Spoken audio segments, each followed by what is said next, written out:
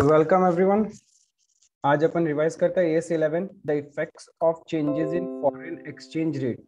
Basically इस accounting standard का purpose क्या है, why there was a need to introduce this accounting standard. Because in the present era होता क्या है कि we do transaction with the foreign nations, like India do transaction with the US, with the Chinese government, Chinese nation. ठीक है, तो क्या पे होता क्या है, if we are doing business in India then we have to report the transaction in our local currency only. But जो transaction हम लोग फॉरेन करेंसी के साथ करते हैं वहां पे तो क्या होगा, वहां की लोकल करेंसी में हम लोग को पेमेंट करना पड़ेगा। तो उस कंडीशन में हमारा इंडिया में फाइनेंशियल स्टेटमेंट कैसे बनाना है, इन रुपीज। तो we are doing transaction in dollar, we are doing transaction in yen, pound, तो उसको कन्वर्ट करना पड़ेगा। कन्वर्ट करके हमें क्या करना पड़ेगा, इंडियन करेंसी में उसको रिकॉर्ड करना पड़ेगा। So basically this accounting standard covers the transaction which we do with the foreign countries or either foreign countries do with us। तो उस पॉइंट ऑफ टाइम में, उस सिचुएशन में, उस सिनेरियो में अपने को अकाउंटिंग कैसा करना है, ये अकाउंटिंग स्टैंडर्ड प्योरली उसके बारे में कवर करेगा। इसीलिए इसका नाम क्या है, effects of changes in foreign exchange rate. Now देखो यहाँ पे बोला इफेक्ट्स ऑफ चेंजेस, यानी बेसिकली जब हम ट्रांजेक्शन करते हैं उस टाइम तो बहुत सिंप्लीफाइड तरीका है रिकॉर्ड करने का। But what about the problem is year end में, ईयर एंड में इफेक्ट्स दिखाना है मुझे changes in foreign exchange rate. Changes का मतलब बिकॉज हम लोग का currency and foreign currency fluctuate होता है in the forex market. Each and every moment every second वो फ्लक्चुएट होता रहता है। तो जिस दिन हम ट्रांजेक्शन करते हैं और ईयर एंड में उसका ट्रांजेक्शन रेट ही कुछ और हो जाता है, तो उस रेट में जो फ्लक्चुएशन हुआ है उसका अकाउंटिंग ट्रीटमेंट कैसे करना है, this as completely deals with that. ठीक है, आपके एग्जाम पॉइंट ऑफ व्यू में बेसिकली दिस अकाउंटिंग स्टैंडर्ड में तीन चीज होगा। एक तो फॉरेन करेंसी ट्रांजेक्शन, यानी जो हम फॉरेन कंट्री के साथ ट्रांजेक्शन करते हैं उस पॉइंट ऑफ टाइम में हमें अपनी बुक्स में अकाउंटिंग करनी है। बट अकाउंटिंग ऐसा तो है नहीं कि आप डॉलर्स में करेंगे, we have to record it in rupees. तो उस पॉइंट ऑफ टाइम में आप कैसे रिकॉर्ड करोगे, फिर ईयर एंड में प्रूडेंस को फॉलो करते हुए ईयर एंड में अपने को रिपोर्टिंग कैसे करना है। And then one is forward exchange contract, जो मैं आगे चल के आप लोग को समझाता हूँ कि फॉरवर्ड एक्सचेंज कॉन्ट्रैक्ट क्या होता है। जिसके पास ये नोट्स नहीं वो क्या करना, पॉज कर करके नोट्स लिखते जाना। ठीक है, so basically the main purpose of this AS is to understand the accounting for foreign transaction and foreign operations and the rate of exchange to be used to record in the reporting currency।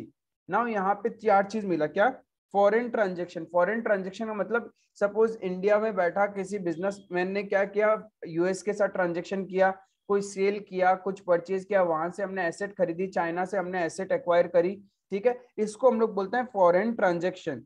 Foreign operations का मतलब क्या है कि हमारा ही suppose head office है यहाँ पे बॉम्बे या दिल्ली में, ठीक है, और हमारी ही एक ब्रांच है फॉरेन कंट्री में। हमने चाइना में एक ब्रांच ओपन कर दी, हमने यूएसए में एक ब्रांच ओपन कर दी, हमने कनाडा में एक ब्रांच ओपन कर दी, तो उसको बोलते हैं फॉरेन ऑपरेशंस। ठीक है, रेट ऑफ एक्सचेंज मतलब दो करेंसी के बीच का रेट, दो करेंसी के बीच का रेट। सपोज मुझे आज जाके डॉलर परचेज करना होगा तो अप्रोक्सीमेटली मुझे 80 रुपीज, अप्रोक्सीमेटली 80 रुपीज पे करना पड़ेगा टू बाई $1। तो इसको हम लोग क्या बोलते हैं, रेट ऑफ एक्सचेंज। ठीक है, रिपोर्टिंग करेंसी, रिपोर्टिंग करेंसी का मतलब जिस करेंसी में आपको बुक्स ऑफ अकाउंट्स मेंटेन करना है as a Indian, as a Indian अपने लिए रिपोर्टिंग करेंसी क्या होगा, रुपीज होगा। क्योंकि हम लोग तो हमारा बुक्स ऑफ अकाउंट्स रुपीज में बनाते हैं, ऐसा तो है नहीं डॉलर, येन, पाउंड ये सब में बनाएंगे, नहीं बनाएंगे। Is it clear. So basically currency कितना तरह का होता है, करेंसी दो तरह का होगा, one is reporting currency and one is foreign currency. Reporting currency as a Indian हमारे लिए रिपोर्टिंग करेंसी क्या है, रुपीज। वेरेज फॉरेन करेंसी क्या होगा, डॉलर हो सकता है, येन हो सकता है, पाउंड हो सकता है, और भी बहुत सारी करेंसीज होती है, सिंगापुर डॉलर हो सकता है, एक्सेट्रा एक्सेट्रा। तो हमें ध्यान में रखना है reporting currency, because we have to report as per the reporting currency, हमें सारी अकाउंटिंग करनी पड़ेगी। अब देखो फॉरेन ऑपरेशंस, फॉरेन ऑपरेशंस मैंने क्या बोला कि business house operating in outside India, any business house operating outside India which is either a branch of a Indian और एन इंडिपेंडेंट एंटरप्राइज। यहाँ पे दो चीज है, one is integral foreign operation, another one is non integral foreign operation. Integral foreign operation का मतलब क्या है, हेड ऑफिस इंडिया में है ब्रांच वहां पे खोल दिया, मतलब उसके पास पावर नहीं है, क्या करेगा, उसको जो भी काम करना है, जैसा जैसा हेड ऑफिस बोलेगा वैसे करेगा। वो गुड्स भी परचेज करेगा हेड ऑफिस से, सेल भी करेगा eight the rate given by the head office, यानी इंडिपेंडेंटली उसके पास कोई पावर्स नहीं होते। It is just an extension, it is just an extension of reporting enterprise, यानी ये क्या एक एक्सटेंशन है रिपोर्टिंग एंटरप्राइज का, जस्ट लाइक ब्रांच। सपोज क्या हुआ कि पतंजलि इंडिया में, तो उसने क्या किया, एक पतंजलि का आउटलेट कनाडा में भी ओपन कर दिया। तो वहां पे क्या होगा, अब वहां पे कनाडा वाला जो है, तो वो ऑटोमेटिकली अपनी तरफ से परचेज सेल नहीं करेगा लोकल में, यहां से जो भेजा जाएगा बस उसको वही सेल करना है। This is called extension of reporting enterprise. Where is non integral foreign operation क्या होता है, वो एंटरप्राइज जो इंडिपेंडेंट है, जो अपने एंड से भी परचेज सेल्स कर सकता है, वो हेड ऑफिस के ऊपर डिपेंडेंट नहीं है। यदि उसको पैसा चाहिए, लोन चाहिए, तो वहां पे जिस कंट्री में बिजनेस स्टैब्लिश्ड है, उस कंट्री में वो इंडिपेंडेंटली जाके लोन बोरो कर सकता है, परचेज कर सकता है, अपने हिसाब से ट्रांजेक्शन कर सकता है। वेयर इज इंटीग्रल में क्या होता है, कुछ नहीं करेगा, सारा का सारा head office, each and everything will be done by the head office. I think it is clear कि इंटीग्रल फॉरेन ऑपरेशन क्या होता है और नॉन इंटीग्रल फॉरेन ऑपरेशंस क्या होता है। Then the next term was foreign transactions. यहाँ पे था ना अपने पास में, देखो एक था रिपोर्टिंग करेंसी, करेंसी का समझा हमने कि करेंसी दो तरह का होता है, one is reporting, another one is foreign currency. Then operations, foreign operation में एक इंटीग्रल था और एक नॉन इंटीग्रल, ठीक है। फिर अब देखो फॉरेन ट्रांजेक्शंस, ट्रांजेक्शंस का मतलब क्या होता है कि ट्रांजेक्शंस दो तरह का हो सकता है, या तो हम लोग मॉनिटरी आइटम्स का ट्रांजेक्शन करेंगे या फिर नॉन मॉनिटरी, जैसे कि हमने क्या किया, फॉरेन कंट्री से परचेज किया, फॉरेन कंट्री को अपना गुड सेल किया। जैसे अपने यहाँ से टी वगैरह क्या होता है, एक्सपोर्ट होता है, ठीक है, हम लोग मशीनरीज वगैरह इंपोर्ट करते हैं, तो वो हो गया ट्रांजेक्शन एक। या फिर हमने क्या किया, लोन बोरो कर लिया, हो रहा था शायद माइट बी पॉसिबल कि इंडियन करेंसी का लोन रेट महंगा था, तो हमने क्या किया, फॉरेन करेंसी से लोन बोरो करके उसको इंडियन करेंसी में कन्वर्ट करवा लिया, तो हमारे लिए वो सस्ता पड़ा, तो वो भी क्या एक ट्रांजेक्शन है। तो basically transaction can be segregated into two types, one is monetary and other one is non monetary item. Monetary item क्या होता है, जो एक कोई भी एसेट्स या लाइबिलिटी जो रिसीव्ड और पेड इन फिक्स्ड या डिटरमिनेबल अमाउंट हो, यानी कोई भी एसेट्स हो या फिर लाइबिलिटी हो, कुछ भी हो सकता है, it can be asset, it can be liability, लेकिन वो रिसीव्ड और पेड इन फिक्स्ड और डिटरमिनेबल अमाउंट, यानी हम अमाउंट को आइडेंटिफाई कर सके, ठीक है, उसी को हम लोग मॉनिटरी आइटम बोलते हैं। जैसे कि हमारा cash, creditors, debtors, bills receivable, share capital, loan, bills payable, ये सारा क्या है मेरे लिए monetary item. Where is non monetary item क्या होता है, अदर देन मॉनिटरी आइटम, जो मेरे मॉनिटरी आइटम की डेफिनेशन को फुलफिल नहीं करेंगे, all the assets and liabilities other than monetary item. जैसे कि फिक्स एसेट्स, क्योंकि वहां पे क्या है, वहां हम लोग रिसीव्ड और पेड नहीं है बस एक ही बार में, वहां कंटिन्यूएशन में ट्रांजेक्शन नहीं है। इन्वेस्टमेंट किया तो investment is a non monetary item. Is it clear, I hope ये वाला पार्ट आपको क्लियर है कि फॉरेन करेंसी ट्रांजेक्शंस जो होते हैं, यानी दो तरह के हो सकते हैं, one is monetary and other one is non monetary. Monetary का मतलब क्या हो गया, वो एसेट्स एंड लायबिलिटी जो रिसीव्ड और पेड होगा फिक्स्ड या डिटरमिनेबल अमाउंट में, लेकिन ऐसी कोई एसेट्स एंड लायबिलिटीज जिसका फिक्स्ड या डिटरमिनेबल अमाउंट नहीं है, उसको हम लोग बोलते हैं non monetary item. And examples आप लोग ये लिख के रख सकते हैं। And the last term was forward exchange contract. Forward exchange contract, rate of exchange था ना, तो forward exchange contract, forward exchange contract का मतलब क्या होता है कि आज ही हम लोग क्या करेंगे, फ्यूचर में जो रेट हो सकती है उसके लिए कॉन्ट्रैक्ट कर लेंगे। Suppose let's take an example, आज $1 इज इक्वल्स टू ₹75, ठीक है, today $1 is equals to ₹75, and मुझे लगता है कि फ्यूचर में आफ्टर 3 मंथ्स मुझे किसी को डॉलर में पेमेंट करना है एंड $1 विल बी ऑफ ₹80। मुझे डर है कि डॉलर का रेट बढ़ जाएगा, तो मैं क्या करूंगा, इफ मुझे आज ही मैं कॉन्ट्रैक्ट कर लूंगा सामने वाली पार्टी के साथ में कि काम कीजिए कि मैं आपको $1 इक्वल्स टू ₹78 में पे करूंगा। अब चाहे 78 से नीचे भी रेट जाए या 78 से कितना भी ऊपर रेट जाए, उससे फर्क नहीं पड़ता, we have to make payment as per the rate of 78 only, ठीक है। This is called forward exchange contract, जो हम लोग फॉरेन करेंसी मार्केट में करते हैं, फॉरेक्स में करते हैं, ठीक है। तो an agreement to exchange currency at a future date at the rate decided today, यानी फ्यूचर डेट में जो आप पेमेंट करोगे जिसका रेट आज ही हम डिसाइड कर लेंगे, उसको हम लोग बोलते हैं forward exchange contract. I hope यहां तक आप लोग को क्लियर। अब आगे देखो कि आप लोग को जो एग्जाम पॉइंट ऑफ व्यू में क्वेश्चन पूछ सकता है, that will B recognition of foreign currency transaction. Examiner आपको कुछ क्वेश्चन बना देगा और बोलेगा कि इसको किस रेट में हम लोग रिकॉग्नाइज करें, या फिर अकाउंटेंट है उसने ऐसे ऐसे रिकॉग्नाइज किया, काइंडली गाइड हिम और हर। ठीक है, तो आपको पता होना चाहिए कि हम लोग रिकॉग्नाइज कैसे करेगा हमारे बुक्स ऑफ अकाउंट में। जब भी हम फॉरेन करेंसी ट्रांजेक्शन करेंगे तो अपने को कैसे रिकॉग्नाइज करना है वो पता होना चाहिए। Now recognition in case of foreign currency, दो पॉइंट में रिकॉग्निशन होता है। एक तो इनिशियल रिकॉग्निशन। इनिशियल रिकॉग्निशन का मतलब होता है जिस दिन ट्रांजेक्शन किया आपने, जिस दिन ट्रांजेक्शन, जिस डेट में आपने ट्रांजेक्शन किया, उस दिन आप कैसे अपने बुक्स में रिकॉर्ड करोगे। सपोज आज आपने गुड सेल किया है तो आप अपने बुक्स में एंट्री करोगे ना, debtor account debit to sales, या फिर कैश में किया तो cash account debit to sales. तो आपने तो फॉरेन करेंसी में सेल किया होगा, आपको तो फॉरेन करेंसी मिलेगा ना, लेकिन आपको रिकॉर्ड किस पे करना है, इंडियन करेंसी में। Is it clear? तो हमेशा जब भी कोई भी ट्रांजेक्शन हो, weather it is a monetary weather it is non monetary, कोई फर्क नहीं पड़ता, initially it is always recorded at spot rate. Spot rate का मतलब होता है उस दिन, जिस दिन आपने ट्रांजेक्शन किया उस दिन की रेट। नाउ यहाँ पे कभी कभी क्या हो सकता है कि सपोज आपने ट्रांजेक्शन किया 10 बजे एंड 10:30 बजे उस टाइम आपने अकाउंटिंग एंट्री किया नहीं, at 10:30 you wanted to do the accounting entry, तो आपका क्या हो गया कि रेट फ्लक्चुएट हो गया, because foreign currency market every minute every second में फ्लक्चुएट होता है। Then it might be confusing कि हम लोग किस रेट को फॉलो करें। तो आप क्या कर सकते हो, उस पर्टिकुलर डे की, उस पर्टिकुलर डे में आपने जितने भी ट्रांजेक्शन किए, उस पर्टिकुलर डे में आपने जितने भी ट्रांजेक्शन किए वो सारा का सारा क्या करो, उस डे का एवरेज रेट ले लो, उस डे का आप एवरेज रेट कंसिडर कर लो। बिकॉज इट्स नॉट पॉसिबल कि एवरी सेकंड में आपका रेट फ्लक्चुएट होगा, तो आप किस रेट में रिकॉर्ड करोगे। Is it clear? तो आप उस डेट का एवरेज रेट भी आप कंसिडर करोगे ना, तभी भी चलेगा। Is it clear? तो हमेशा क्या करना है, इनिशियल रिकॉग्निशन। इनिशियल रिकॉग्निशन का मतलब होता है जब आप फॉरेन करेंसी में ट्रांजेक्शन करोगे तो उस टाइम हमेशा किस रेट पे रिकॉर्ड करेंगे हम लोग, स्पॉट रेट। जिस दिन ट्रांजेक्शन हुआ है उस दिन का स्पॉट रेट कंसिडर करेंगे हम लोग। लेकिन प्रॉब्लम आता है सब्सिक्वेंट रिकॉग्निशन। सब्सिक्वेंट रिकॉग्निशन का मतलब हो गया बैलेंस शीट डेट में, प्रूडेंस को फॉलो करते हुए हम लोग को बैलेंस शीट डेट में भी क्या करना पड़ता है, एक्सचेंज डिफरेंस का ट्रांजेक्शन को देखना पड़ता है। बिकॉज हो सकता है कि आपने जिस दिन ट्रांजेक्शन किया उस दिन डॉलर का रेट 50 रुपए था, लेकिन ईयर एंड में जाके डॉलर का रेट 55 हो चुका है, तो आपकी लाइबिलिटी इंक्रीज भी हो सकती है और आपकी लाइबिलिटी डिक्रीज भी हो सकती है। आपकी एसेट की वैल्यू इंक्रीज भी हो सकती है और आपकी एसेट की वैल्यू डिक्रीज भी हो सकती है। ठीक है, सो हम लोग को क्या करना पड़ता है, ईयर एंड में हम लोग जब सब्सिक्वेंट रिकॉग्निशन करते हैं तो there are certain categories of items.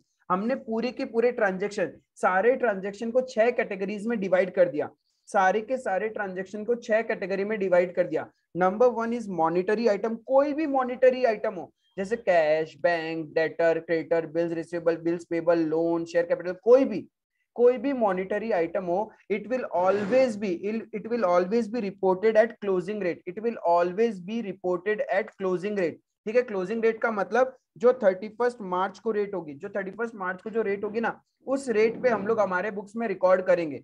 Where as कोई भी non monetary item, non monetary item का मतलब फिक्स एसेट्स, इन्वेस्टमेंट, ऐसा कोई भी आइटम है आपके बैलेंस शीट के अंदर, बुक्स ऑफ अकाउंट्स के अंदर में, बैलेंस शीट या बुक्स ऑफ अकाउंट्स के अंदर में, तो आपको क्या करना पड़ेगा, जिस दिन आप ट्रांजेक्शन करते हैं, जिस दिन आप ट्रांजेक्शन करोगे उसी दिन आप रिकॉर्ड करोगे। उसी दिन जो रेट था वही रेट पे हम हमारे बुक्स में रिकॉर्ड करेंगे as per the historical cost concept, क्योंकि एसेट्स वगैरह तो हिस्टोरिकल कॉस्ट कंसेप्ट पे ही होता है।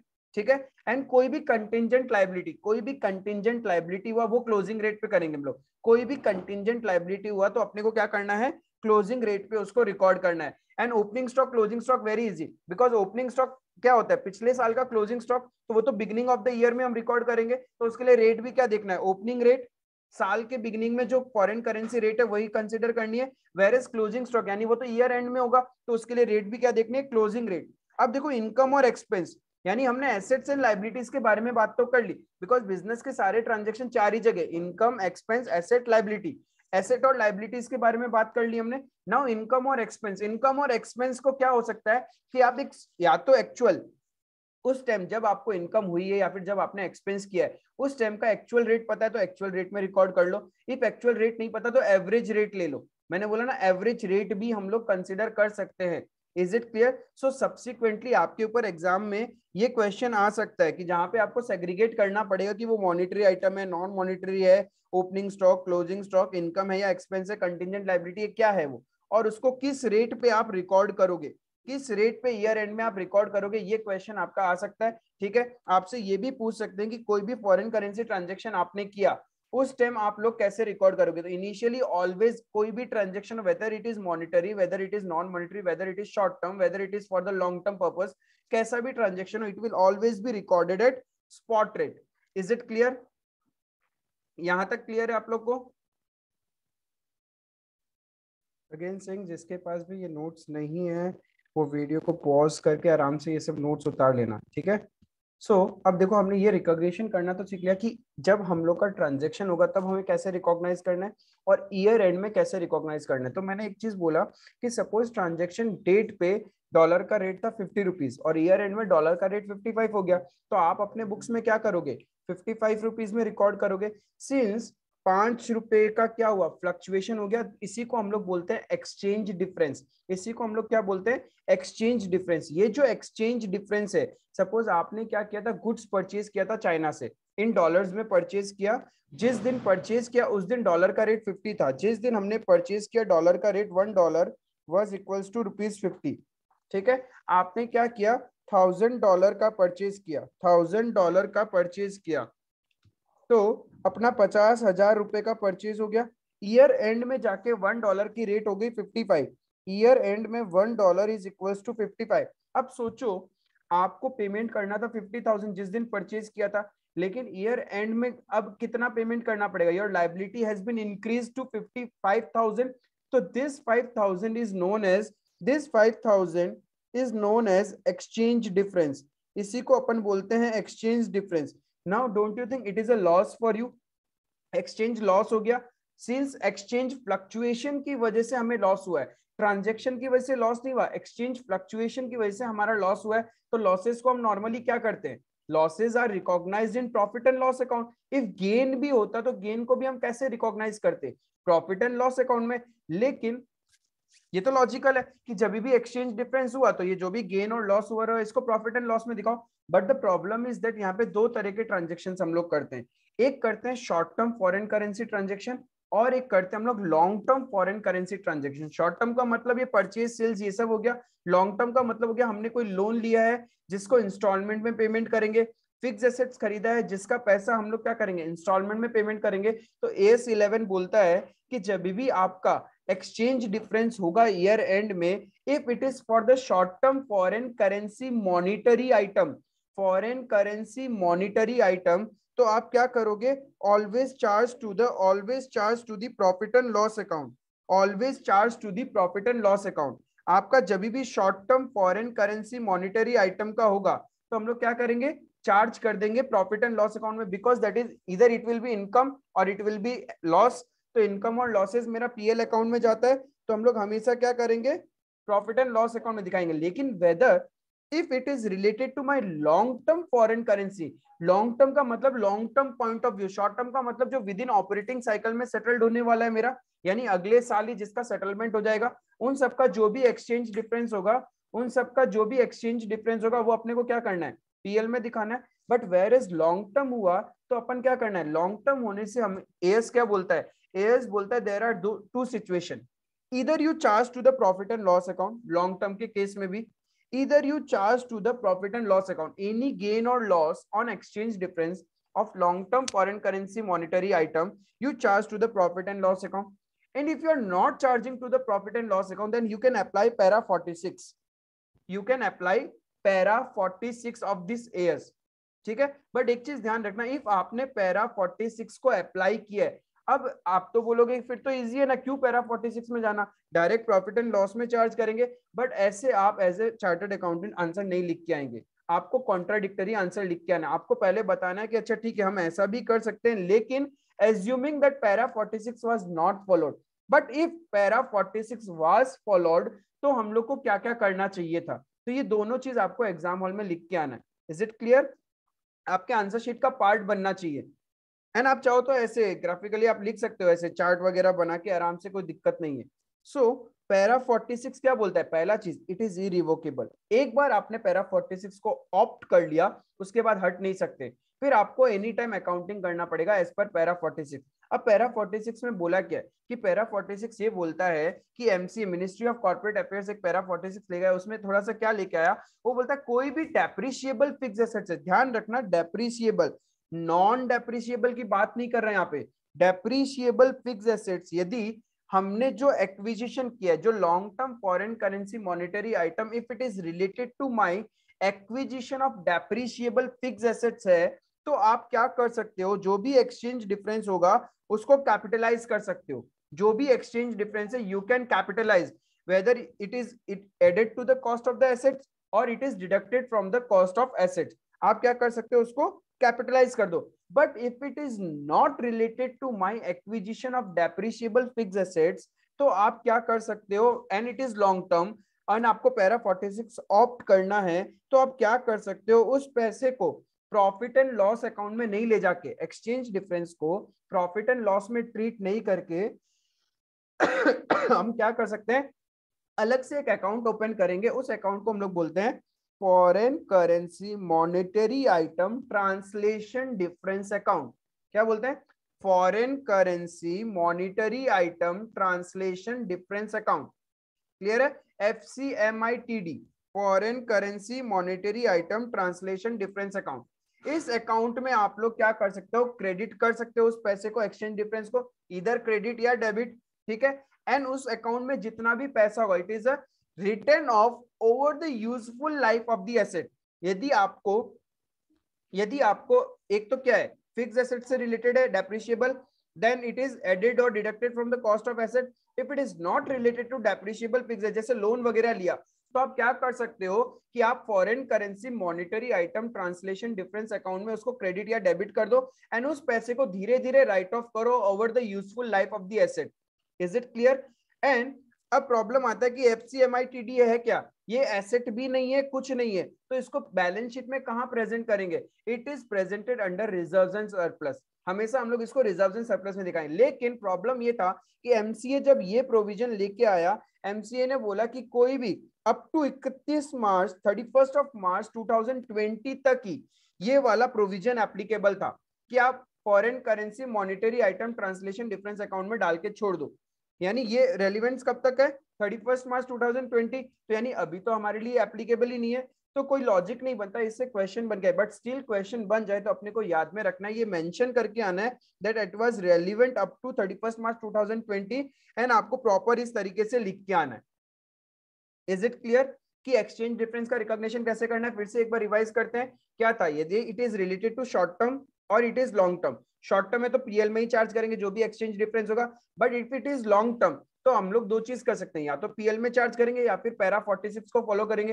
पैरा 46 एक बार फॉलो कर ले तो रिवोकेबल है, ठीक है। And it is related to my depreciable fixed assets होगा, तभी हम पैरा 46 में कोशिश करेंगे। If it is related to my depreciable fixed assets तो हम लोग क्या करेंगे, एक्सचेंज डिफरेंस को कैपिटलाइज करेंगे। But if it is not related to my depreciable fixed assets तो हम लोग क्या करने वाले, एक अलग से अकाउंट ओपन करेंगे, that is foreign currency monetary item translation difference account. उसके अंदर डेबिट या क्रेडिट करेंगे एंड उस अकाउंट को राइट ऑफ करेंगे over the useful life of the asset. And उसको बैलेंस शीट में कहां शो करेंगे, बैलेंस शीट में उसको हम लोग रिजर्व्स एंड सरप्लस में शो करने वाले हैं। Is it clear? यहां तक अपना रिवीजन हो गया। Now the last part of this chapter कि इफ आप फॉरवर्ड एक्सचेंज कॉन्ट्रैक्ट करते हैं, फॉरवर्ड एक्सचेंज कॉन्ट्रैक्ट का मतलब क्या होता है, आज ही फ्यूचर की रेट के लिए कॉन्ट्रैक्ट कर लेना। आज ही हम लोग क्या करते हैं, किसी एक सामने वाले पार्टी को बोलते हैं कि तू बता कि 3 महीने बाद मैं तुझे पेमेंट करूंगा या तुझसे पेमेंट लूंगा, आज ही उसकी रेट बता। फ्यूचर इज अनसर्टेन, आपको हो सकता है कि डर है, इसकी वजह से आप कर रहे हो। सपोज आपको किसी को पैसा देना है, ठीक है, सपोज आपको किसी को पैसा देना है, आपने लोन ले रखा है, आपको डर है कहीं ना कहीं फ्यूचर में फॉरेन रेट बढ़ जाएगा, फॉरेन करेंसी का रेट इंक्रीज हो जाएगा, तो आपको तो पैसा और ज्यादा देना पड़ेगा ना, बिकॉज आपको पेमेंट फॉरेन करेंसी में करना पड़ेगा। आप अपनी इंडियन करेंसी बैंक्स में लेके जाओगे, उससे फॉरेन करेंसी खरीदोगे, फिर जाके तो फॉरेन पार्टी को पेमेंट कर पाओगे। लेकिन यदि करेंसी का एक्सचेंज रेट महंगा हो गया तो आपके लिए तो नुकसान है। Then you have a fear, उस फियर को हटाने के लिए कहीं बहुत ज्यादा रेट ना बढ़ जाए, बहुत ज्यादा लंबा नुकसान नहीं हो, इसके लिए आप क्या करते हो, आज ही कॉन्ट्रैक्ट कर लेते हो। उस कॉन्ट्रैक्ट को हम लोग बोलते हैं hedging of foreign exchange contract. क्या बोलते हैं, हेजिंग। हमने हेजिंग कर लिया। हेजिंग का मतलब जो मेरा रिस्क था लॉस होने का उसको मैंने कवर कर लिया। सपोज आज जब कॉन्ट्रैक्ट किया तो 45 रेट है, ठीक है, मुझे डर है कहीं ना कहीं ये 50 या 55 ना चला जाए, तो मैं क्या करूंगा, आज ही एक फॉरवर्ड रेट मतलब फ्यूचर की रेट पे कॉन्ट्रैक्ट कर लूंगा। Is it clear? This is known as hedging. लेकिन एक होता है स्पेकुलेशन। स्पेकुलेशन का मतलब प्योरली सट्टा। हमने आज खरीदा मार्केट से, क्यों? तो कि हम लोग का फ्लक्चुएशन होगा, उससे हम लोग गेन और लॉस होगा। इसमें कोई ट्रांजेक्शन नहीं है, जस्ट प्योर सट्टाबाजी जो हम लोग फॉरवर्ड मार्केट में फॉरेन एक्सचेंज मार्केट में करते हैं ना, कि फॉरेन करेंसी खरीदते हैं बेचते हैं, खरीदते हैं बेचते हैं। This is known as for the speculation purpose. तो आप जब भी स्पेकुलेशन पर्पज के लिए फॉरवर्ड एक्सचेंज कॉन्ट्रैक्ट करते हैं, तो जो स्पेकुलेशन से जो गेन और लॉस होगा, एक्सचेंज डिफरेंस का जो गेन और लॉस होगा उस कॉन्ट्रैक्ट में, that is recognised in the profit and loss account on the settlement date only. Settlement date का मतलब कि आपने कॉन्ट्रैक्ट किया सपोज 1 फरवरी 2021 में, और आपका सेटलमेंट डेट है 1 जून 2021। तो 1 जून 2021 फरवरी में कॉन्ट्रैक्ट किया था आपने, जब डॉलर का रेट था $1 इज इक्वल्स टू 50। ठीक है, आपने कॉन्ट्रैक्ट किया था डॉलर खरीदने का। आपने कॉन्ट्रैक्ट किया था मैं डॉलर खरीदूंगा फ्यूचर के लिए कॉन्ट्रैक्ट कर लिया आज ही के मैं $1 इक्वल्स टू 50 रुपीज में डॉलर्स बाई करूंगा। अब 1 जून को माइट बी पॉसिबल कि $1 इज इक्वल्स टू 55। ठीक है, तो डॉलर का रेट बढ़ गया। इससे बताओ आपको प्रॉफिट हुआ या लॉस हुआ? आपको प्रॉफिट हुआ। क्यों? क्योंकि आप तो क्या करोगे, डॉलर खरीदोगे $1 इज इक्वल्स टू 50 रुपीज में, सामने वाले पार्टी को 50 रुपए पर डॉलर ही आपको बेचना पड़ेगा। फिर आप क्या करोगे, उससे डॉलर खरीदोगे और उसको फॉरेन मार्केट में बेच दोगे 55 का रेट में। तो आपको क्या हुआ, 5 रुपए का प्रॉफिट हुआ। This is known as exchange difference. 5 rupees is the exchange difference. Now ये gain of exchange difference will be recognized in the books on the settlement date. On the settlement date हम 31 मार्च को recognise कुछ नहीं करेंगे। इन case of speculation, in case of speculation of forward exchange contract, अपने को क्या करना है कि सेटलमेंट डेट वाले दिन ही अपन सारा कुछ करने वाले। Where is in case of hedging, in case of hedging वहां पे हम लोग क्या कर रहे हैं, सट्टाबाजी नहीं कर रहे, हम लोग जस्ट अपना रिस्क कवर कर रहे हैं। लॉस होने का डर है हमें, हम बस उसका रिस्क कवर कर रहे हैं। तो उस केस में बोलता है कि जो आपका प्रीमियम तो देना पड़ेगा ना। अब सामने वाला पार्टी रिस्क ले रहा है, आप अपने रिस्क को चुका रहे हो, रिस्क टेंशन हट रही है आपके माथे से, कोई और आपके रिस्क परचेज करने को रेडी है, तो उस कंडीशन में वो आपसे प्रीमियम लेगा। तो जितना भी फॉरवर्ड प्रीमियम या फॉरवर्ड डिस्काउंट है वही आपके लिए लॉस है। that forward premium or forward discount is amortized over the contract period। यहां पे जिस दिन सेटलमेंट होगा उस दिन नहीं करेंगे, कैसे करेंगे, it is amortized over the contract period। मतलब सपोज कॉन्ट्रैक्ट था, इस केस में कॉन्ट्रैक्ट कितना था, फेब मार्च अप्रैल मई जून, तो 5 महीने में अमोर्टाइज करेंगे। ये 5 रुपए क्या होगा 5 महीने में, यानी करेंट पीरियड में फरवरी मार्च 2 रुपए तो करेंट पीरियड में जाएगा, बाकी 3 रुपए क्या जाएगा नेक्स्ट ईयर में हम लोग प्रॉफिट एंड लॉस अकाउंट में दिखाएंगे। Is it clear? That is the forward exchange contract. I hope यहां तक आप लोग को forex exchange AS11 the effects of changes in foreign exchange rates clear है। इतना ही है, 3 ही चीज था। मैंने क्या बोला था, foreign currency transaction. Foreign currency transaction में आपको क्या देखना है, सबसे पहले initial recognition then subsequent recognition. Initially हमेशा स्पॉट रेट पे होगा, और सब्सिक्वेंट हुआ तो आपको क्या देखना है, 6 आइटम थे, monetary, non monetary, contingent liability, opening stock, closing stock, income expense. Monetary item हमेशा क्लोजिंग रेट पे होता है। नॉन मॉनिटरी आइटम जिस दिन हम अपन ट्रांजेक्शन करेंगे उसी रेट को फॉलो करना है। अब जैसे नॉन मॉनिटरी आइटम में एसेट्स भी आते हैं, तो एसेट्स में जो डेप्रिसिएशन है, डेप्रिसिएशन भी क्या होगा, एसेट परचेज डेट पे ही, एसेट परचेज डेट पे जो रेट था उसी रेट पे हम लोग कन्वर्ट करेंगे। ठीक है, इज इट क्लियर? उसके बाद में ओपनिंग स्टॉक को ओपनिंग रेट, क्लोजिंग स्टॉक को क्लोजिंग रेट फॉलो करना है। Contingent liability always closing rate follow करेंगे। एंड उसके बाद इनकम और एक्सपेंसेस के लिए क्या करना है, या तो एक्चुअल रेट दिया हुआ रहेगा क्वेश्चन में तो वो फॉलो करेंगे, या फिर एवरेज रेट को लेना है। That was the foreign currency transaction. और उसके बाद में ईयर एंड रिपोर्टिंग भी सीख लिया, फॉरेन करेंसी ट्रांजेक्शन भी सीख लिया। देन एक्सचेंज डिफरेंस होता था, एक्सचेंज डिफरेंस के लिए देखना था कि short term foreign currency monetary है या फिर लॉन्ग टर्म है। शॉर्ट टर्म है तो पीएल में एक्सचेंज डिफरेंस जो भी होगा उससे गेन या लॉस जो भी वो पीएल में जाएगा। लेकिन if it is related to my long term में तो देखना पड़ेगा कि पीएल में दिखा रहे हैं या फिर पैरा 46 फॉलो कर रहे हैं। इफ आप पैरा 46 को फॉलो कर रहे हो तो देखो whether it is related to depreciable fixed assets. Yes it is related to depreciable fixed assets, तो हम लोग क्या करेंगे, जितना भी एक्सचेंज डिफरेंस होगा it is capitalized to the cost of the asset. लेकिन if it is not related to my depreciable fixed assets तो हम लोग क्या करेंगे इसको, if we are following para 46 तो हम लोग कहां डाल देंगे, foreign currency monetary item translation difference account. उसके अंदर अपन उसको क्रेडिट या डेबिट कर देंगे एंड वो हम लोग धीरे धीरे उस पैसे को राइट ऑफ करेंगे over the useful life of the asset, और उसको बैलेंस शीट में कहां शो करना है, under the head reserves and surplus. Is it clear? फिर एक पड़ा forward exchange contract. Forward exchange contract क्या होता है कि फॉरवर्ड एक्सचेंज कॉन्ट्रैक्ट दो तरह का हो सकता है, इधर इट इज फॉर हेजिंग और इट इज फॉर स्पेकुलेशन, सट्टाबाजी। सट्टाबाजी करेंगे तो जिस दिन सेटलमेंट होगा उसी दिन जो डिफरेंस है, गेन या लॉस है, हम लोग रिकॉग्नाइज करेंगे पीएल में। लेकिन आप हेजिंग कर रहे हो, मतलब अपने रिस्क को कवर कर रहे हो, उस कंडीशन में बोलता है जो प्रीमियम अमाउंट दोगे, फॉरवर्ड प्रीमियम जो दोगे, जैसे कि हमने जो एग्जांपल लिया था वहां 5 रुपए था, तो दैट प्रीमियम अमाउंट और discount amount will be amortised over the contract period. जितना टाइम का कॉन्ट्रैक्ट पीरियड है, जैसे straight line method, in short straight line method के अकॉर्डिंग हम लोग क्या करेंगे, हमारे बुक्स ऑफ अकाउंट्स में उसको शो करेंगे। आई होप यहां तक आप लोग को क्लियर है। इफ समझ में आ रहा है then you can do like, comment कर सकते हो, ठीक है। चलो अब इंस्टीट्यूट के अपन क्वेश्चंस देखते हैं ताकि और पूरा अच्छे से ये अकाउंटिंग स्टैंडर्ड खत्म हो जाए। देखो पहला क्वेश्चन क्या है, classify the following items as a monetary और नॉन मॉनिटरी आइटम। या तो मॉनिटरी होगा या फिर नॉन मॉनिटरी। मॉनिटरी का डेफिनेशन क्या था, जो एसेट या लाइबिलिटी है जो पेड या रिसीव्ड होगा इन फिक्स्ड और डिटरमिनेबल अमाउंट। और नॉन मॉनिटरी आइटम्स क्या होता है, नॉन मॉनिटरी आइटम्स वो होते हैं जो मॉनिटरी नहीं है, जैसे फिक्स्ड एसेट्स और इन्वेस्टमेंट। तो मेरा इन्वेंट्री क्या है, inventory is a monetary item. Trade receivables monetary item.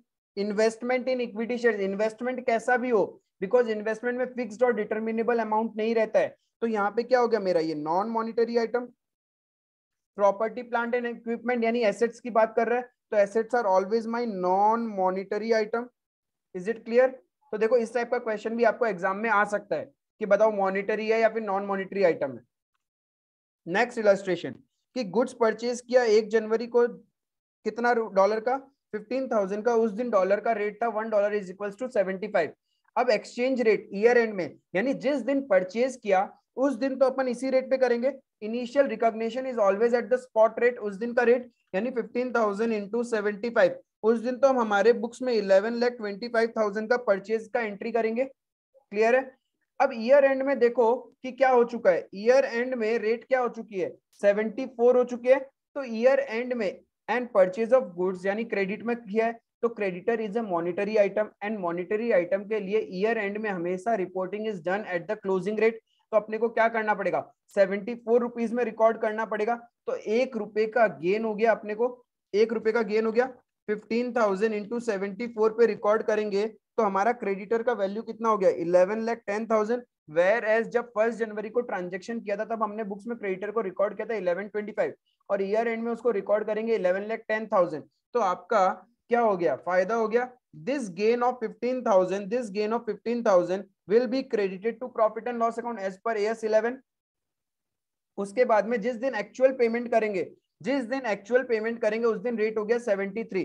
तो एक्चुअल जिस दिन पेमेंट करेंगे तो हमें कितना पेमेंट करना पड़ेगा, 15,000 इंटू 73, 10,95,000। बट हमारे बुक्स में क्रेडिटर थे 11,10,000 का, तो यहाँ पे भी गेन हो गया। तो ये भी जो एक्सचेंज डिफरेंस का गेन है वो मेरा कहाँ जाएगा, प्रॉफिट एंड लॉस अकाउंट में।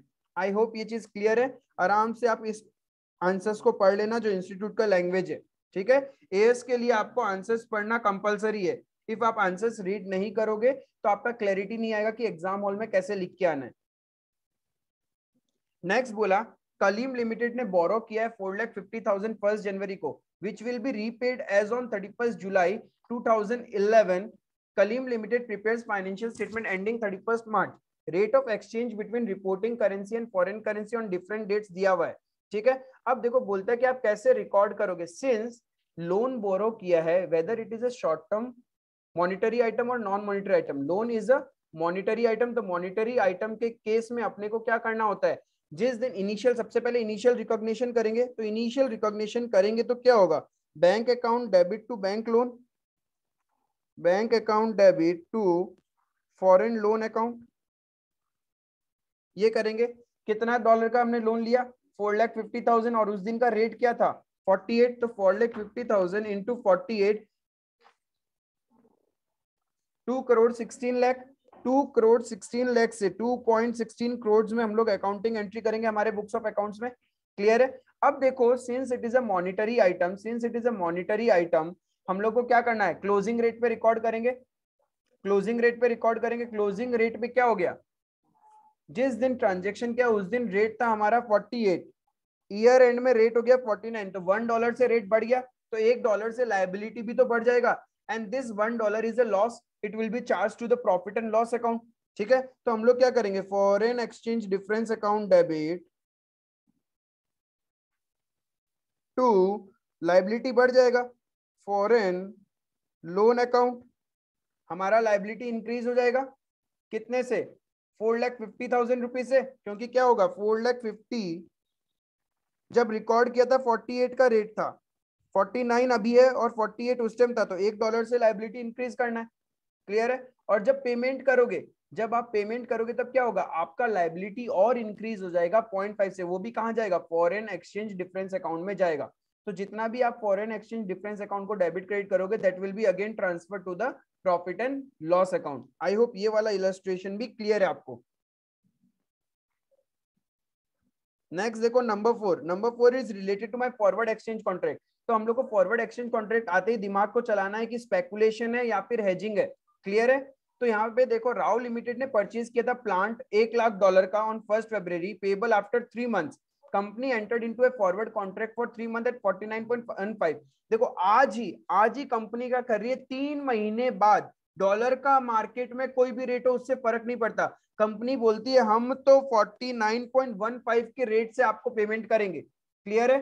तो आज रेट था 48.85 जिस दिन हमने प्लांट को परचेज किया, एसेट परचेज करी, लेकिन कंपनी ने क्या किया, आज ही एक फॉरवर्ड कॉन्ट्रैक्ट कर लिया कि अब 3 महीने बाद मुझे पेमेंट करना है, लेकिन 3 महीने के बाद जो मैं पेमेंट करने वाला हूं that will be at the rate 49.15 पर dollar. How will you recognise. तो यहाँ पे देखो क्या है, ये स्पेकुलेशन तो है नहीं, हमने एसेट खरीदा उसके बदले पेमेंट करना है, यानी हम क्या कर रहे हैं, हमें डर है कि आज तो खरीद लिया 48.85 में, अब जब 3 महीने बाद पेमेंट करेंगे तो माइट बी पॉसिबल उस दिन डॉलर का रेट 50, 51 कुछ भी हो सकता है, बढ़ जाए। तो हमने क्या किया, हमें डर है कि 49.15 से ऊपर जाएगा, तो हमें सेफर साइड लगता है 49.15, इतना तो फ्लक्चुएशन हम दे सकते हैं। तो ये क्या है, हेजिंग। हेजिंग के केस में क्या बोला था, हेजिंग के केस में क्या बोला था, प्रीमियम अमाउंट जो भी होगा, डिस्काउंट या प्रीमियम अमाउंट जो भी होगा, और डिस्काउंट और प्रीमियम अमाउंट को कैसे कैलकुलेट करना था अपने को, डिस्काउंट एंड प्रीमियम अमाउंट का मतलब क्या है कि स्पॉट रेट, जी उस दिन का रेट माइनस फॉरवर्ड रेट, यही तो है, या तो फायदा, यही तो हम एक्स्ट्रा पेमेंट कर रहे हैं, या तो यही मेरा प्रॉफिट है या यही अमाउंट हम एक्स्ट्रा पे करने वाले हैं due to the risk which the other party is ready to take on behalf of us. Clear है। स्पेकुलेशन के केस में गेन या लॉस कैसे निकालना था, contract rate minus sale rate, contract rate minus sale rate. Clear है। तो अब देखो आपका क्या है कि फॉरवर्ड रेट है 49.15, वेयर इज आज 48.85, आपने खरीदा 48.85 का रेट पे, और आप बोल रहे हो मैं 49.15 तक तो पे करने के लिए तैयार हूं, यानी आपको नुकसान कितना है, 0.3, इतना आप बियर करने को तैयार हो, इसी को हम लोग बोलते हैं फॉरवर्ड प्रीमियम या फिर फॉरवर्ड डिस्काउंट।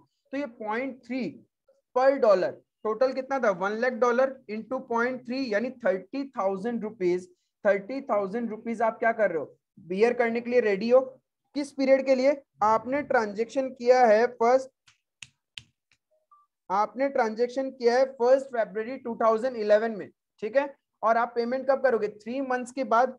3 मंथ्स के बाद मतलब Feb, March, April, can I से 1 मई, बट मेरा फाइनेंशियल ईयर एंड हो जाता है 31 मार्च में। आपने इस 3 महीने के लिए आज ही फॉरवर्ड कॉन्ट्रैक्ट कर लिया, जिसके लिए आप एक्स्ट्रा पे करोगे कितना, 30,000। तो जब भी आप हेजिंग के लिए फॉरवर्ड कॉन्ट्रैक्ट करते हैं, then the forward premium and forward discount is amortized over the contract period, over the contract period मतलब 3 महीने का कॉन्ट्रैक्ट था, उसके लिए फॉरवर्ड प्रीमियम कितना है 30,000, तो एवरी मंथ कितना अमोर्टाइज करना है 10 10 10। तो करंट ईयर में मेरा कितना अमोर्टाइज होगा 20,000, और नेक्स्ट ईयर में कितना अमोर्टाइज होगा 10,000। Is it clear? So 20,000 will be charged to my profit and loss account of current year, whereas 10,000 will be charged to the profit and loss account my future year, next year. Is it clear? So that was my illustration number 4. अब देखो number 5, mister A bot A forward contract for 3 month, same question, 1 दिसंबर को खरीदा, जिस दिन dollar की rate थी 47.10, when exchange rate 47.02, यानी हमने कॉन्ट्रैक्ट किया है 47.10 पे और उस दिन रेट था 47.02. On 31st December when he closed his books exchange rate was 47.15. बोलता है ईयर एंड में एक्सचेंज रेट चला गया 47.15. On 31st January, he decided to sell the contract at 47.18 per dollar. Show how the profits from contract. Now, एक बार forward exchange contract में हमने क्या था सोचना, हेजिंग है या फिर स्पेकुलेशन है. यहाँ हमने कुछ परचेज तो किया नहीं, यहाँ तो जस्ट नॉर्मल कॉन्ट्रैक्ट कर लिया कि मैं तेरे से $1,00,000 खरीदूंगा, मैं तेरे से $1,00,000 खरीदूंगा. आज डॉलर की रेट है 47.02 और मैं फ्यूचर में तेरे से कितना दिन बाद, 3 महीने बाद 47.10 का रेट से खरीद लूंगा, राइट. अब देखो ईयर एंड में चाहे रेट 47.15 हो जाए कोई फर्क नहीं पड़ेगा, because it is speculation. Speculation के केस में ईयर एंड में देखना ही नहीं है, क्या देखना है, सेटलमेंट डेट. सेटलमेंट डेट कब होगा मेरा, 3 महीने के बाद का डेट होगा, उस दिन हम सेटल करेंगे 47.18. तो मैं खरीदूंगा 47.10 में और मार्केट में रेट है 47.18. क्या मुझे फायदा हुआ? यस, मुझे 0.08 का प्रॉफिट है. क्या ये 0.08 का प्रॉफिट है? दिस 0.08 मल्टीप्लाई बाय 1 लाख यानी 8,000 will be shown in my profit and loss. किस दिन, किस दिन, नेक्स्ट ईयर में. इस ईयर में इसका कुछ नहीं करना. इन case of speculation current year में कुछ नहीं करना. जिस दिन सेटलमेंट डेट होगा, सेटलमेंट डेट कब है, 31st जनवरी. तो 31st जनवरी को हम लोग क्या करेंगे, ये जो 8 पैसा का डिफरेंस है जिसको रुपीज में कन्वर्ट करेंगे तो 8,000 that will be shown in my profit and loss account. I hope ये क्लियर है आपको फॉरवर्ड एक्सचेंज कॉन्ट्रैक्ट का ये इलस्ट्रेशन भी. देन ये थ्योरेटिकल क्वेश्चन एक क्या बोला कि assets and liabilities income and expense item in respect of foreign branches. Foreign branches मतलब इंडिया का हेड ऑफिस है, इंडिया में हेड ऑफिस है, फॉरेन में एक ब्रांच खोल के रखा हुआ है, इंटीग्रल फॉरेन ऑपरेशन बोला है, are translated into Indian rupees. Yes, हम लोग इंडियन रुपीज में कन्वर्ट करना ही पड़ेगा ना. मेरा ब्रांच ने जो परफॉर्म किया है वो सारे बुक्स ऑफ अकाउंट्स वहां से लाके मुझे इंडियन रुपीज में कन्वर्ट करके उसको इंडियन बुक्स ऑफ अकाउंट्स के साथ कंपाइल करना पड़ेगा at the prevailing rate of exchange. No no no no no, prevailing rate का मतलब क्या गया, उस दिन का रेट पे करेंगे क्या, बिल्कुल नहीं, बिकॉज हमारे पास अलग अलग कैटेगरीज है. क्या है, इफ एसेट्स में, assets and liabilities monetary item है या non monetary item. Monetary item है तो हम लोग क्या करेंगे, क्लोजिंग रेट. नॉन मॉनिटरी होगा तो ट्रांजेक्शन रेट लेंगे. ओपनिंग स्टॉक क्लोजिंग स्टॉक को opening rate closing rate. Contingent liability है तो उसको क्या करने वाले हैं, क्लोजिंग रेट से. इनकम और एक्सपेंसेस को एक्चुअल या एवरेज रेट के अकॉर्डिंग हम लोग फॉलो करेंगे. तो ये सारा चीज आपको लिखना है, कमेंट करना है. तो ये तो गलती कर रहे हैं अकाउंटेंट, तो उसको आपको प्रॉपर्ली जो हमने नोट्स में लिखा है उस तरीके से लिख के आपको शो करना है. Is it clear? तो ये क्वेश्चन भी आई थिंक आप लोग को क्लियर है. Now the next is illustration number 7. देखते हैं इलस्ट्रेशन नंबर 7 क्या बोल रहा है. लेट्स सी इलस्ट्रेशन नंबर 7 क्या बोलता है अपने को. इलस्ट्रेशन नंबर 7 बोल रहा है a business having the head office in Kolkata has a branch in UK. Calcutta में हेड ऑफिस है, यूके में एक ब्रांच खोल के रखा हुआ है. अब उसको, और यूके वाले ने क्या किया कि अपनी करेंसी में, उसने तो अपनी करेंसी में ट्रायल बैलेंस भेज दिया अपने को, लेकिन कलकत्ता वाला क्या यूके की करेंसी यानी कि पाउंड में करेगा क्या, येन स्टर्लिंग इसके अंदर तो नहीं करने वाला ना. वो क्या करेगा, उसको इंडियन रुपीज में कन्वर्ट करना पड़ेगा. तो ऑब्वियस बात है, ट्रायल बैलेंस फॉरेन करेंसी का दिया, अपने को क्या करना पड़ेगा, ट्रायल बैलेंस इंडियन करेंसी में कन्वर्ट करना पड़ेगा. देखो रिक्वायरमेंट पार्ट क्या बोला, यही बोला, prepare the trial balance after being converted in Indian rupees. अपने को ट्रायल बैलेंस बनाना है. Is it clear? अब ट्रायल बैलेंस बनाना है तो ट्रायल बैलेंस ईयर एंड में बनता है. तो अपने को क्या ध्यान में रखना है कि monetary item, non monetary item, income expense, opening stock, closing stock, contingent liability. If monetary item होगा तो अपना क्या लग जाएगा, क्लोजिंग रेट लगेगा. इफ मॉनिटरी आइटम होगा तो क्लोजिंग रेट लगेगा. This is my closing rate, ये मेरा क्लोजिंग रेट है, ठीक है. एंड इफ मेरा नॉन मॉनिटरी आइटम हुआ तो ट्रांजेक्शन डेट में उस दिन का रेट यदि दिया हुआ होगा वही रेट लेना पड़ेगा अपने को, ठीक है. ओपनिंग स्टॉक वगैरह अपने को क्या करना है, ओपनिंग रेट लेना है. और क्वेश्चन में ओपनिंग रेट तो दिया हुआ है, ओपनिंग रेट दिया हुआ है, ये हो गया मेरा ओपनिंग रेट. तो फिर ये क्या है, ये सब श्योरली ये वो रेट होगी जिस दिन हमने कुछ ट्रांजेक्शन किया होगा. अब नाउ प्रॉब्लम ये है कि इनकम एक्सपेंसेस के लिए क्या करें. तो मैंने बोला था कि इनकम एक्सपेंस के लिए इफ आपको एक्चुअल रेट पता है उस दिन का तो वो लेंगे, अदरवाइज एवरेज रेट लेंगे. तो हमारे पास एवरेज रेट क्या होगा, 63 plus 67 divided by 2. 63 plus 67 divided by 2 यानी रुपीज 65 $1 इक्वल्स टू 65, ये हो गया मेरा एवरेज रेट। क्लियर है? तो अपने को क्या करना है, इसको कन्वर्ट करना है। तो देखो मशीनरी क्या होता है, it's a non monetary item. तो जिस दिन ट्रांजेक्शन हुआ उस दिन का रेट लेना है। तो 1 अप्रैल 2011 को खरीदा था, उस दिन का रेट क्वेश्चन दे रखा है 61। तो हम लोग क्या करेंगे, इसको इंटू 61 कर देंगे।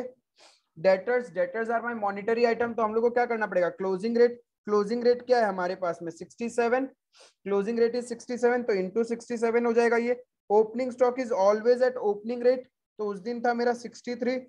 Goods receive from head office account recorded in head office book, तो ये तो एक्चुअल, ये हमेशा क्या होगा, एक्चुअल बेसिस पे। तो ये 4,02,000 कंसिडर कर लेंगे रुपीज में, क्वेश्चन में खुद ने करके दिया है। Sales is a income and expense का पार्ट, तो हमारा क्या लगेगा, एवरेज रेट लगेगा। एवरेज रेट 65, परचेज में 65, wages 65, salary 65। Cash is a monetary item, cash monetary item है तो क्लोजिंग रेट लगेगा, दैट इज 67। उसके बाद में रेमिटेंस टू हेड ऑफिस, यहाँ पे देखो क्वेश्चन ने खुद ने कन्वर्ट करके दिया है, तो एक्चुअल रेट कंसीडर करना पड़ेगा जो एक्चुअल बता रखा है। Is it clear? उसके बाद में देखो यहाँ पे head office account recorded in head office book as ₹4,90,000, तो ये भी देखा। Creditors is a monetary item, तो क्लोजिंग रेट पे कंसीडर करना पड़ेगा, that is into 67।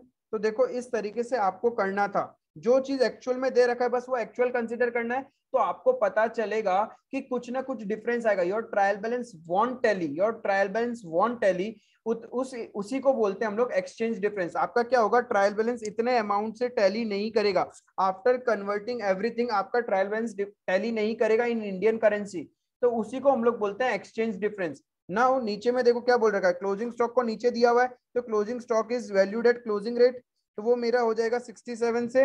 Depreciation machine पे लग रहा है, और machine is a non monetary item, उसको हम लोग क्या करते हैं, ट्रांजेक्शन जिस दिन हुआ था उस दिन का रेट लेना है, तो डेप्रिसिएशन पे भी उसी दिन का रेट लगेगा अपने को। Is it clear? तो इंटू 61 हो जाएगा आपका फिक्स एसेट रेट इंटू 61। तो ऐसे करके आपका trial balance in Indian currency बन जाएगा। Is it clear? एकदम इजी था ये, इसी टाइप के इजी क्वेश्चंस आपके एग्जाम में आते हैं। तो विद दिस नेक्स्ट इलस्ट्रेशन में देखते हैं। नेक्स्ट इलस्ट्रेशन क्या बोला आपको कि ए लिमिटेड ने एक परचेज किया फिक्स एसेट्स 3,000 लाख का on 1/1/2011 and the same was fully financed by, ओ तो ये तो क्या हो गया, foreign currency related to my non monetary item, and non monetary item के केस में लॉन्ग टर्म फॉरेन करेंसी हो गया। ये तो लॉन्ग टर्म के केस में क्या चेक करना था कि पैरा 46 अप्लाई कर रहे हैं क्या, यदि यहाँ पे पैरा 46 अप्लाई नहीं किया अकाउंटेंट ने तो करेक्ट ही होगा, पीएल में चार्ज कर दिया है। तो एंड इफ कैपिटलाइज करना है तो पैरा 46 को अप्लाई करना पड़ेगा। तो यहाँ पे देखो 3,000 लाख का हमने एसेट खरीदा जिसका कॉस्टिंग था 1 जनवरी 2011 को, सेम बस फुल्ली फाइनेंस लोन में खरीदा जिसका पेमेंट करना था 3 एनुअल इक्वल इंस्टॉलमेंट में। जिस दिन खरीदा उस दिन का रेट था 40 और ईयर एंड में रेट हो गया 42.50, तो मेरा एक्सचेंज डिफरेंस कितना आएगा 2.50। First installment was paid on 31st December. The entire difference in foreign exchange has been capitalized. You are required to state how these transactions should be accounted for. अब देखो यहाँ पे क्या किया कि हमने टोटल फॉरेन करेंसी लोन लिया कितना है 3,000 lakh divided by $1 is equals to 40, तो हमने टोटल 75 लाख का क्या किया है, फॉरेन करेंसी लोन लिया टू बाय द एसेट। अब 75 लाख पे यदि हम लोग एक्सचेंज डिफरेंस की बात करें 2.50 इंटू 2.50 इन रुपीज हो गया 187.5 लाख, 187.5 लाख का एक्सचेंज डिफरेंस हुआ आपका। तो ये 187.5 लाख को हम लोग क्या कर सकते हैं, या तो आपको यहाँ कॉन्ट्राडिक्टरी आंसर देना है, या तो क्या करेंगे हम लोग पीएल में चार्ज कर देंगे। इफ पैरा 46 को अप्लाई नहीं किया, तो इफ पैरा 46 अप्लाई किया है तो अकाउंटेंट ने एकदम करेक्ट किया है, क्यों, because it is related to my depreciable fixed assets. Whenever long term foreign currency monetary item is related to my depreciable fixed asset, it is added to और deducted from the cost of the asset. तो उन्होंने एकदम सही किया है। तो आपको contradictory answer लिख के आना है कि यहाँ पे यदि क्या कर सकते थे 187.5 लाख का जो एक्सचेंज डिफरेंस है उसको प्रॉफिट एंड लॉस अकाउंट में चार्ज कर सकते थे, लेकिन assuming that para 46 has not been adopted, लेकिन एक पैरा 46 को अडॉप्ट किया है तो अकाउंटेंट ने एकदम करेक्ट किया है। ये कॉन्ट्राडिक्टरी आंसर आपको लिख के आना है, आप आंसर आराम से रीड कर लीजिएगा। Is it clear? So with this we have covered the entire accounting standard number 11. With this we have covered the entire accounting standard number 11. if आपको कोई भी डाउट है, कोई भी पॉइंट में दिक्कत हो रही है, डू कमेंट, ठीक है। इफ आपको लगता है कि आपको पूरा अच्छे से एकदम शॉर्ट वीडियो में रिवाइज हो गया, then do like, subscribe and comment, ताकि मैं क्या करूं आने वाले टाइम में और ऐसे छोटे छोटे एएस को प्रॉपरली समराइज फॉर्म में एक प्रॉपर नोट्स के साथ मैं आपको डिलीवर कर सकूं। ठीक है, चलो, thank you, that's all for today.